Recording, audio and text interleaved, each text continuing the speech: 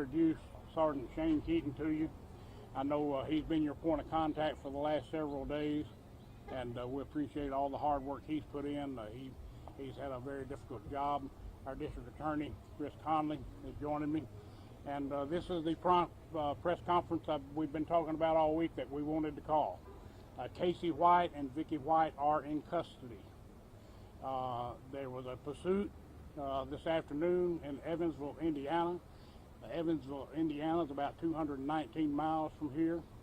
The U.S. Marshals were in pursuit of a black Ford pickup. I think it was a Ford 150. And Casey White was driving that vehicle. Vicky White was a passenger. During the pursuit, the pickup truck wrecked. Casey White surrendered. Vicky White has been transported to the hospital for treatment. So this has ended a very long and stressful and challenging week and a half. It ended the way that we knew it would. They are in custody. What I'm very thankful for tonight is that no one was hurt. No citizens were hurt. No law enforcement officers were hurt as a result of this escape. Casey White is now back in custody, and I cannot express enough to the U.S. Marshals Fugitive Task Force for the assistance they've been in this. Their agents are actually the ones that were involved in the pursuit. And my team of investigators who work diligently alongside the U.S. Marshals Task Force, all the other partners and players in this, the least of which is not the media. You guys have made this happen. You've kept this story out there. You've kept it on everybody's mind. And the tips, what led us to the arrest and the capture of them today was a tip that came from citizens. And they call those tips in because of the coverage y'all have provided us. You don't know how much I personally appreciate the way y'all have helped us in this case. We got a dangerous man off the street today. He is never going to see the light of day again, and that's a good thing for not just our community, but that's a good thing for this country. So thank you very much for your help. I'll be glad to take a few questions. What's the nature of Vicky White's wounds? Don't know. Just know she's been transported to the hospital for treatment. There was a wreck. I don't know if the wounds are related to the wreck or not. I'm sorry. Are they caught in the same vehicle that you see in the pictures that were circulated today? I'm sorry? Are they caught in the same vehicle as it seems? Yes, I think so. That Ford F-150. What's the connection to Evansville, Indiana? Why there for that? Don't know if anything particular drew them to that town. But that's where we got the latest tip, which came in late last night, I think, or last night. Followed up on it first thing this morning, and they were able to get some leads there, and it led to their capture. Where exactly did the chase start? Where did the chase start? I'm not sure. My understanding is that they had located them at a hotel, and they spotted them, ran, and the pursuit ensued. Sheriff, we spoke to some of the folks that called that tip in up in Indiana, and they said they had actually alerted local law enforcement last week on Tuesday about that abandoned truck, and that it's taken several days for all the tips coming in to be able to get through those, get down the list. Was there something last night that changed your idea about why it might actually be a real sighting of Casey White, Vicky White? No, I'm not aware of the earlier tip. Sheriff, when will they be brought back here? Not sure. They'll have to be extradited if they don't waive extradition. That can take some time. Of course, court proceedings involved in that. Over here, I heard someone over here. Will they actually be brought back here, or Yes. the connection, is it just too deep to... No, they will be brought here. He has to be brought back here, and she does, to face arraignment on the new charges. He is charged with escape. She has multiple charges on her now. They will have to be brought back here for arraignment. We've already made arrangements with the Department of Corrections. He will be brought here for arraignment. If it's 2 o'clock in the morning, it doesn't matter. The judge has agreed to come out. He will be arraigned and immediately transferred to the Department of Corrections. Are you concerned about Vicky White coming back to this detention center since she worked here? She will not be confined in this detention center. Sheriff, what, if anything, at this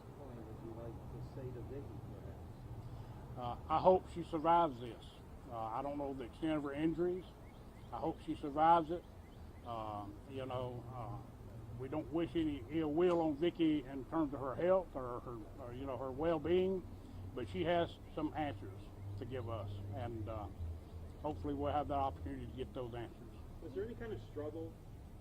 Not that I'm aware of. I think it was just a pursuit. They wrecked and they were taken into custody. I understand he surrendered. Were they found with any guns or? I haven't got that information. I'm not sure. How was she injured? Don't know.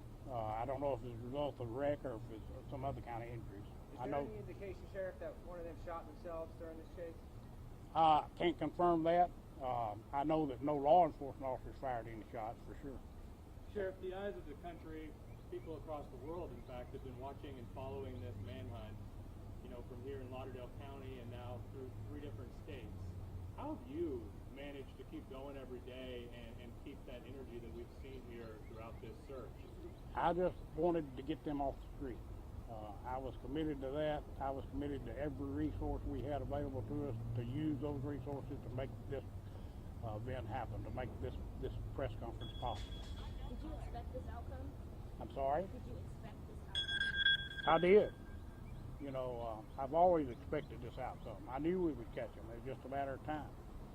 What was so challenging about this escape was, most escapes from a county jail especially, they're not planned. They're just sort of spontaneous. There are no resources available, no plan in place about what am I going to do when I get out here other than just run. This escape was obviously well planned and calculated. A lot of preparation went into this. They had plenty of resources, had cash, had vehicles, had everything they needed to pull this off.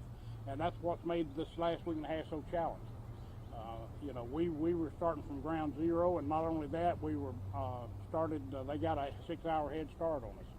So it's been and this just speaks volumes to the effectiveness and the efficiency. It speaks volumes to the effectiveness and efficiency of the United States Marshal Service. This is what they do. They track down fugitives, and today is obvious that they do it well. Is there any reason to believe they had help in their escape? No evidence that I know of that there was anyone else involved other than Casey White and Vicky White. Someone going to get the money? That I don't know about. That's not my deal. Are they talking yet or keeping quiet? Did they have anything to say once they're in custody? I have no idea. They're obviously in Indiana, and I'm here, so I don't really know what's going on as we speak. But are you all sending folks to Indiana? Do you have people up there? The U.S. Marshals are up there. We will probably wait until they get back here. I don't see any need in us sending someone up there because they'll be brought back here. And now if they don't waive extradition and are up there for a while, we may end up sending a team up. Sheriff, can you talk about lessons learned? We've talked over the week about protocols that are in place for your employees, but will there be changes or lessons that you've learned from this entire situation? Well, the lesson that I think I've learned, and I think everybody's learned, you don't know who you can trust. I had every bit of trust in Vicky White. She has been an exemplary employee, and what in the world provoked her or prompted her to pull a stunt like this, I don't know. I don't know if we'll ever know. But, you as a leader, you've got to have people in place in these key positions like she was in, that you have confidence in, that you have trust in. And when they violate that trust, I don't know how you can predict that. We had the policy. A policy is a piece of paper. It can't prevent anything. A policy is there for me as a leader to take disciplinary action when a policy is violated. I can't predict when someone's going to violate a policy. One more time, I've learned that you just don't know people sometimes. You think you do, and you really don't know who they are. How would you compare this moment to some of the other events that have happened in your tenure as sheriff? Not just my tenure as sheriff. September of this year will mark the 50th anniversary of me beginning my career. I've never experienced a week like this in my career.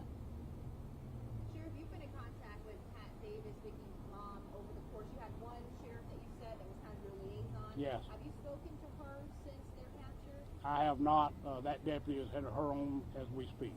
So he's talking to her He was right now? dispatched there. That's one reason we had to delay the press conference a while, to give him time to get to their house. So she was alerted before the press Yes. conference? You said Vicky won't be in the Lauderdale County Detention Center. Do you know what the plans are when she's brought back here? Vicky, we'll make arrangements to have her detained in another facility. And in fact, those arrangements have already been made. Those arrangements were made 3 or 4 days ago. Mr. Connolly, can you speak a little to the general upcoming prosecution of this? Just talk to us about Well, that. we primarily want to bring him back here and hold him accountable, not only for this escape, obviously, but for the murder of Connie Ridgway. So we're going to be working with the Sheriff's Department to make sure that we can get him extradited and get him back here and hold him accountable. In general, though, how do you, obviously, the extra precautions placed on him given this escape, what are your thoughts about that in terms of bringing him to trial and filing charges? Can you go over the immediate charges that are coming out of Well, this? I mean, his capital murder case is set for June, so, you know, plan A would be to try him in June for that. And there are a lot of moving parts between there and now, but I mean, that's plan A. And obviously, I know that we got a great staff at the jail, and I know that they're going to be on high alert to house him and make sure that he doesn't get away from us again. And talk about the charges coming against Vicky and how we will pursue that. So she's charged with facilitating the escape. That's a Class C felony, so she's looking at up to 10 years in prison. Mr. Connolly, you've been in contact with Connie Ridgway's family, her son. Can you talk to me about making that call to them and letting them know about this capture? Has that been done yet? Yes, I mean, that was our first priority when we found out that they were captured, is to let them know that, and we've done that, so they know. Can you tell me about that conversation? You seemed like you were probably excited to make that call. What was their take on the other end? Well, to be frank, they already knew it from Facebook. So apparently the people in Indiana had already released it on Facebook. But yeah, well, I mean, but you know, that's part of what we take very seriously, is to make sure that our victims are informed and consulted about the case, and we've done that. And all of this, everyone talking about Vicky and Casey and their love story and whatnot, they're real victims of Casey White's crimes and alleged victims of Connie Ridgway. Absolutely, and I mean, that's one of the really sad things about this, that after finally being able to indict him for her murder, of having this twist and turn in that case, it's got to be devastating to them. So we look forward to bringing him to justice. What was the reaction from Casey's ex-girlfriend who was trying to kill him? I have not spoken to her, so I don't have any reaction from her. For you, Mr. Connolly, just one last question. There's a lot of media attention, there's a lot of just eyes on this case. What does that mean for you and your office to make sure that everything, your I's are dotted, your T's are crossed to get this pushed through? I tell you, my main concern is the media. I obviously in favor of fair reporting, but we want to try this case right here in Lauderdale County. So, you know, our goal in the next days and weeks as we go ahead is we want to be cooperative with the media, but we also want to be mindful that we don't want to change a venue, for instance. We want to be able to try this case here in Lauderdale County among his peers. So we've got to take that into account as we go forward in the days ahead. Thank y'all. Let me add, a question was asked earlier about changes in protocols and whatnot. The day will come when Casey White will have to be brought back here for trial. And I can assure you, we have a crowding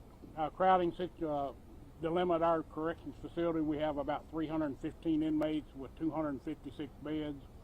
We're using every crook and cranny we can in that bed to house inmates, but he will be in a cell by himself if we have to put other inmates on the floor to make it happen.